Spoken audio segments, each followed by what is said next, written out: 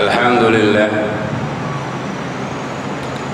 Alhamdulillahilladzi arsala rasulahu bil huda wa dinil haq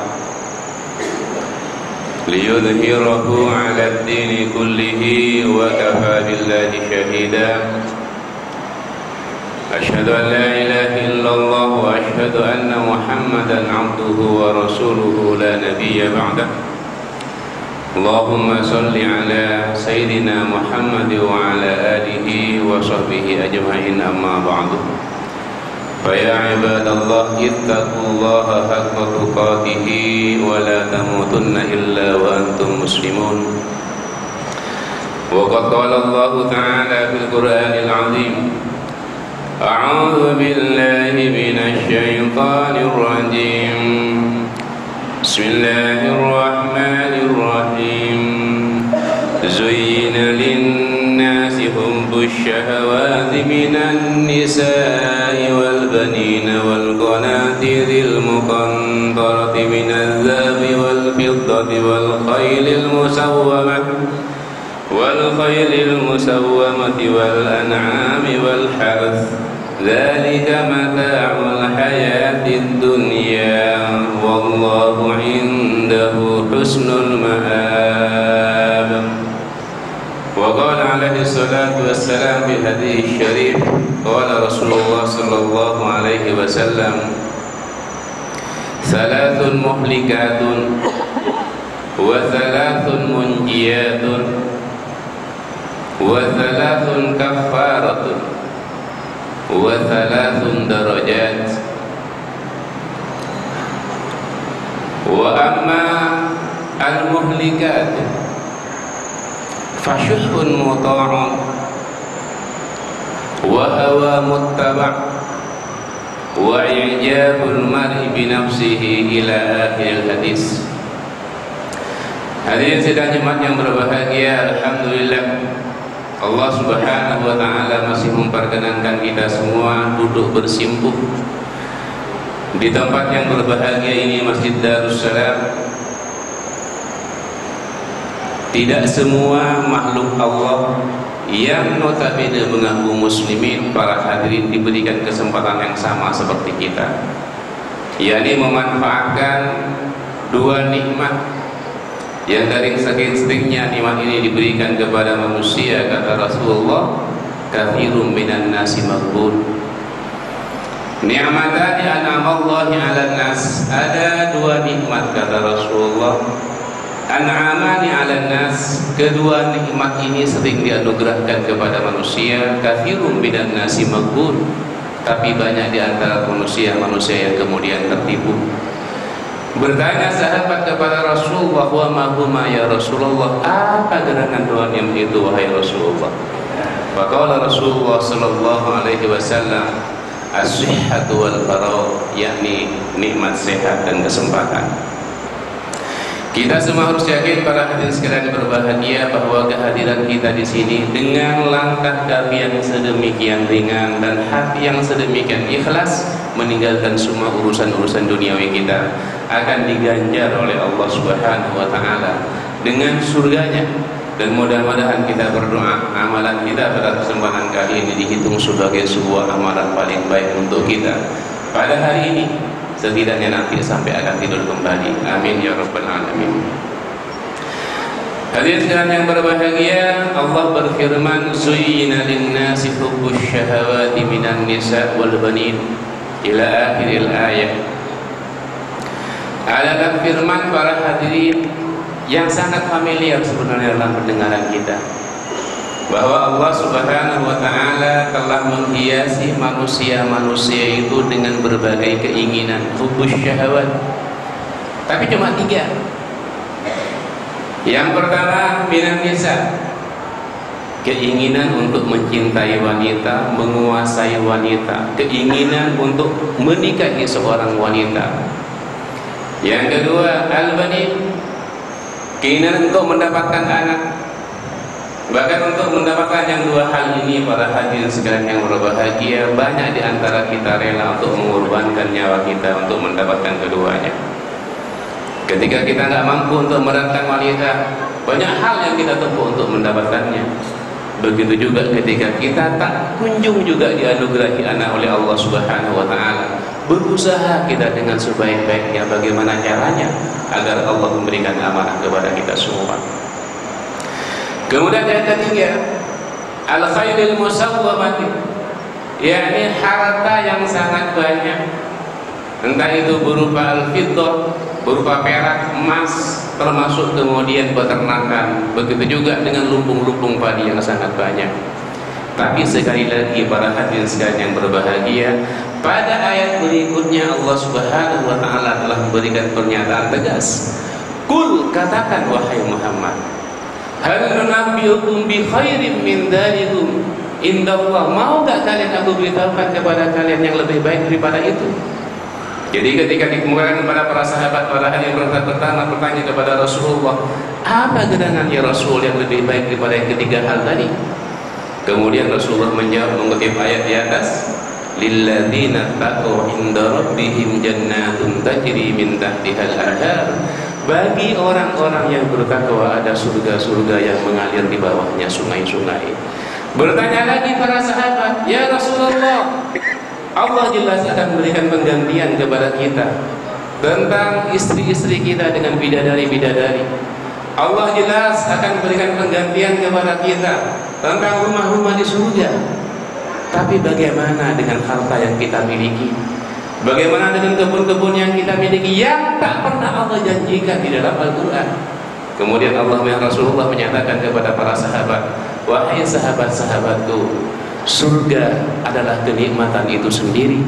Adapun tiga hal yang disebutkan oleh Allah dalam ayat di atas itu merupakan alat untuk mencapai kebahagiaan. Para hadirin sekalian yang berbahagia, lantaran banyak di antara kita para hadirin yang tak juga kunjung menyadari ketika membaca ayat ini bahwa ada yang lebih baik di antara sekian banyak keinginan yang telah dipaparkan oleh Allah Subhanahu wa taala, dan kita sedemikian terlena untuk melakukan segala hal untuk diperbudak oleh nafsu-nafsu kita. Rasulullah kemudian bersabda kepada kita semua, apa kata Rasulullah? Thalathun muhlikatun, ada tiga hal yang menghancurkan. Ya, ketiga hal ini cuma tiga hal. Yang ketiga hal ini para hadirin, apabila kita enggak berhati-hati, terjerumus kita dalam neraka yang paling bawah. Apa kata Rasulullah? Yang pertama, fasyuhun muta', yakni rasa pelit yang ditaati. Hadirin sekalian yang berbahagia, orang-orang yang pelit ini digolongkan oleh Allah Subhanahu wa taala dalam golongan orang-orang fasikun. Ketika Allah menyatakan bahwa tanda-tanda orang fasik itu adalah alladzina yabkhaduna wa ya'muruna bil bukhli, orang-orang yang dia bersikap bakhil tapi dia juga cenderung untuk menyuruh orang-orang melakukan kebakhilan. Orang-orang fasik ini para hadirin adalah notabene orang-orang yang dia selalu merasa bahwasannya harta yang dimilikinya dia dapatkan lantaran upaya yang telah dia lakukan. Tak pernah dia menyebutkan nama Allah di situ. Oleh karena itu dia memiliki sebuah anggapan bahwasannya tak layak saya memberikan harta ini kepada siapapun. Ini adalah hasil kerja saya. Ini terlihat para hadirin sekalian yang berbahagia kepada tiga orang Yahudi yang diceritakan oleh Rasulullah SAW, para hadirin, kepada para sahabat. Jadi ketika dia diberikan penyakit oleh Allah Subhanahu wa taala, datang kepadanya seorang malaikat dan ditanya, apa yang menjadi keinginan kalian? Keinginan mereka satu yang pertama kali adalah kami ingin sembuh dari penyakit ini. Lalu ditanya lagi oleh para sahabat, lalu apa yang menjadi keinginan kalian? Maka masing-masing kemudian menyebutkan apa yang menjadi keinginannya. Aku pengen seekor sepasang onta. Yang satunya lagi menyatakan, aku menginginkan sepasang sapi. Dan yang satunya lagi, kami menginginkan sepasang kambing. Dan diberi.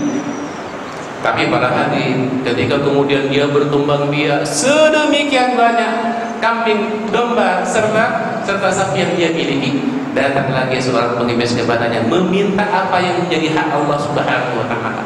Ketika ditanya, maukah kalian untuk memberikan kepada kami satu ekor yang paling kecil dari kambing, dari sapi, serta unta yang kalian miliki? Kami adalah orang yang lapar dalam perjalanan. Apa kata mereka? Kami tidak memiliki apapun. yang bisa kami berikan kepada kalian. Cuma satu yang memberi para hadirin, yakni orang yang diberikan kambing oleh Allah Subhanahu wa taala, yang notabene matanya awalnya adalah buta. Apa kata dia kemudian ketika diminta? Ambillah apapun yang kalian suka dari kambing yang aku miliki. Tidak ada yang lebih indah yang berasal dari Allah Subhanahu wa taala kecuali terbukanya mataku untuk melihat keindahan dunia ini. Subhanallah. Hadirin sekalian yang berbahagia, apa kata Allah dalam Al-Quran yang menyikapi tentang hal ini? Wa may yuqa syuhha nafsihi, maka barang siapa yang dihindarkan oleh Allah Subhanahu wa taala syuhha nafsihi, dari pelitnya dirinya, maka surga yang akan menjadi bagiannya. Hadirin sekalian yang berbahagia, kita kadang para hadirin senantiasa memiliki sebuah keyakinan bahwasanya kita bisa untuk masuk surga tanpa beramal kepada orang-orang di sekitar kita. Itu yang pertama. Kemudian yang kedua para hadirin, wa hawa muttaba', keinginan yang selalu diikuti. Hadirin sekalian yang berbahagia, siapa yang tidak memiliki keinginan? Karena melihat kepada zahir dari ayat di atas para hadirin, keinginan adalah sebuah keniscayaan untuk kita semua. Enggak ada seorang pun di antara kita yang enggak punya keinginan. Tapi Allah Subhanahu wa taala memberikan sebuah garis tegas bahwa keinginan itu hanya merupakan sebuah alat untuk mencapai kebahagiaan. Dan Rasulullah sallallahu alaihi wasallam, para hadirin sekalian berbahagia, memberikan sebuah garis tegas kepada kita bahwa ketika keinginan seseorang diikuti kemudian dia diperbudak oleh keinginannya, maka jahanam yang menjadi bagiannya. Allah Subhanahu wa taala pada hari ini dengan tegas menyatakan, "Ara'aita man ittakhadha ilahahu hawa." Tidakkah engkau perhatikan kepada orang-orang yang menjadikan keinginannya sebagai tuhannya? Keinginan sebagai Tuhan para hadirin adalah ketika dia itu senantiasa menjadikan keinginannya sebagai panglima. Segala hal akan dihancurkan demi untuk mencapai keinginannya. Kemudian Allah menyatakan apa? Bal tahsabu anna aktsarahum yasma'una aw yaqilun. Kemudian Allah menyatakan kepada Rasulullah, ataukah sebagian di antara mereka menganggap bahwasanya orang-orang yang diperbudak oleh keinginannya, mereka bisa berpikir dan mereka bisa melihat. Kemudian Allah menyatakan, inhum kal an'am. Sebenarnya para hadirin, orang-orang yang diperbudak oleh keinginannya adalah orang-orang yang dia senantiasa para hadirin seperti binatang, dan sifat dari binatang adalah dia tidak pernah peduli apa yang dia makan dan milik siapa, dan dia tidak pernah peduli apakah yang di sekitarnya bisa makan atau tidak, dan dia tidak pernah peduli apakah yang di belakangnya bisa makan atau tidak. Keinginan ini para hadirin sekalian yang berbahagia, keinginan untuk menjadi kaya dengan cepat, keinginan untuk memiliki rumah dengan cepat akan menjerumuskan kita semua dalam neraka jahanam apabila kemudian kita tidak bisa untuk mengendalikannya.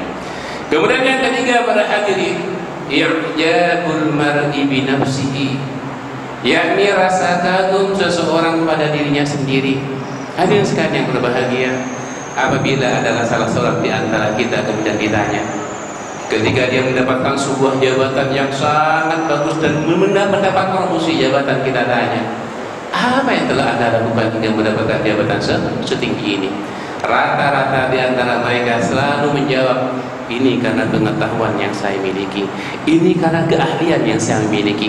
Jarang di antara mereka para hadirin yang kemudian menyatakan, alhamdulillah, kalau tidak karena kuasa Allah, aku tidak akan pernah mencapai kedudukan yang setinggi ini.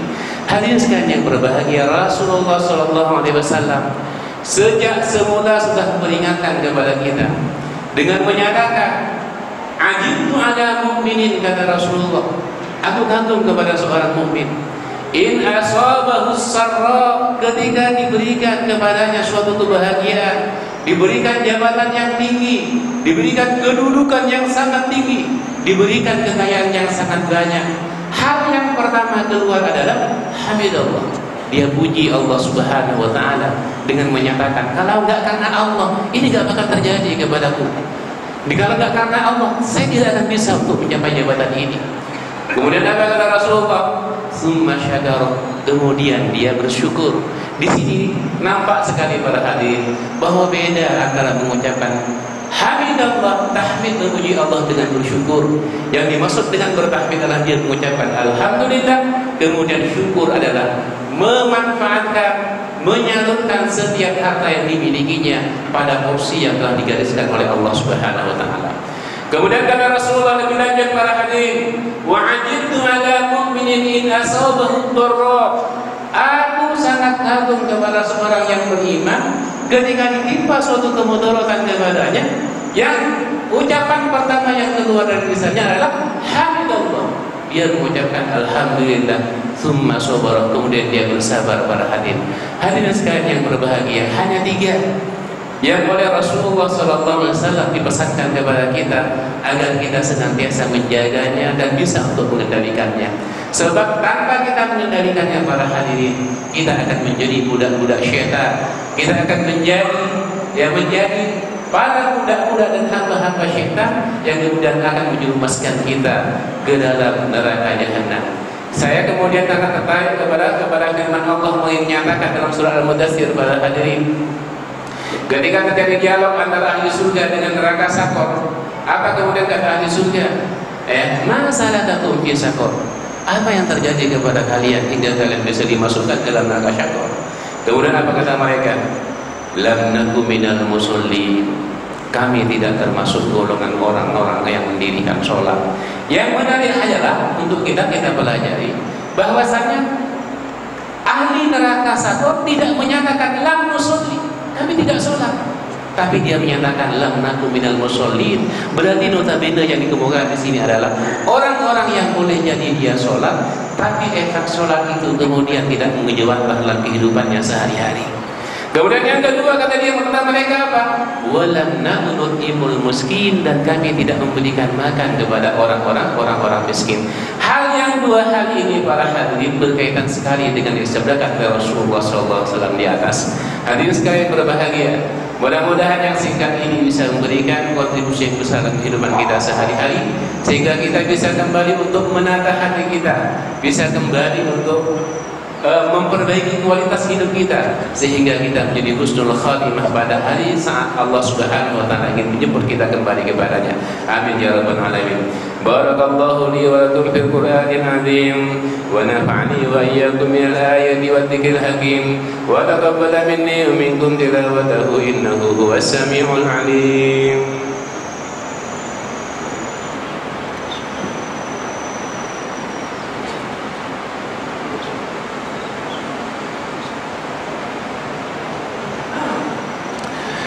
Alhamdulillahilladzi syarrafa al-anama wa hadana ila siratil mustaqim.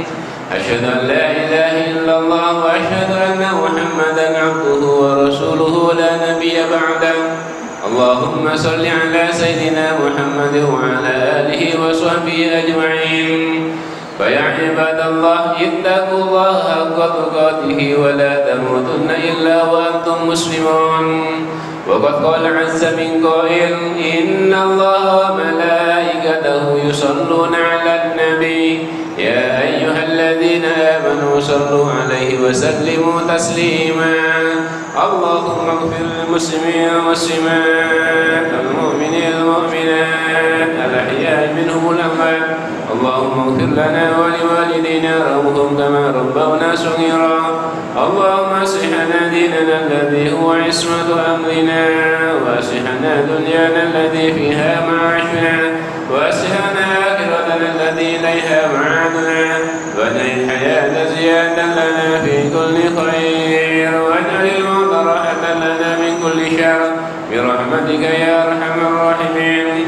رب اجعلنا مقيم الصلاة من ذريتنا ربنا وتقبل دعاء. رب أدخلنا مدخل صدق وأخرجنا مخرج صدق واجعلنا من لدنك سلطانا نصيرا. ربنا آتنا في الدنيا حسنة وفي الآخرة حسنة وقنا عذاب النار. عباد الله إن الله يأمركم بالعدل والإحسان وإيتاء ذي القربى وينهى عن الفحشاء والمنكر والبغي يعظكم لعلكم تذكرون. فاذكروا الله العظيم يذكركم واشكروه على نعمه يزدكم ولذكر الله عز وجل وأكبر. أقم الصلاة.